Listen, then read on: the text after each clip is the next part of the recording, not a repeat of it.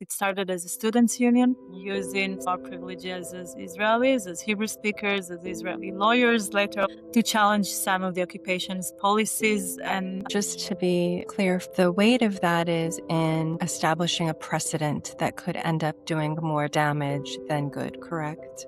absolutely, and that is Okay. correct both for Most Americans have never seen an Israeli military court. Who do they govern?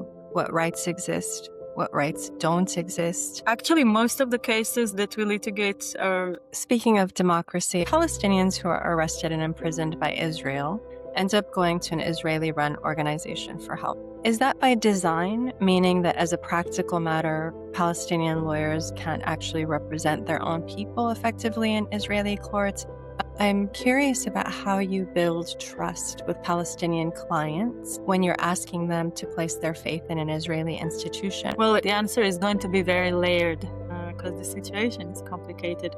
First, You mentioned some of the civil society organizations that are actually founded by Palestinians themselves. The U.S. has designated some of those organizations. From your perspective, how significantly has that handicapped the work? well, the first state to designate them and try and blacklist them was. You've also stated publicly that what has happened in Israeli detention facilities constitutes torture implemented as state policy, not a casual claim.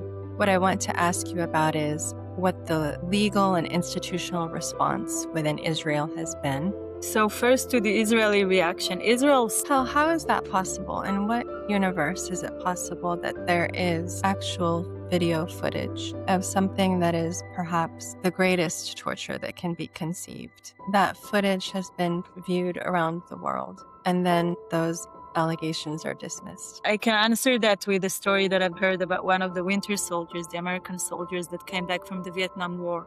What does justice or accountability even look like for a person who survives abuse of that magnitude? First of all, we know the torture and ill treatment are. Al Jazeera reported that Israel has worked to keep media and independent legal professionals out of these facilities like State and Line, similar to the access restrictions at, let's say, Guantanamo. Have you been inside this particular prison? How much do you believe that the publicity around this specific case that we discussed of the prisoner who was raped by a gang increases the risk of harm to the detainee, understanding that generally prison systems culture has a well-documented reputation for being retributory? So there definitely is a risk. Some of our clients were specifically told by prison guards. Hal, for people like me, though, who are horrified by much of what we've discussed but powerless, what kinds of support actually help you in cases like this? What can we do? First of all,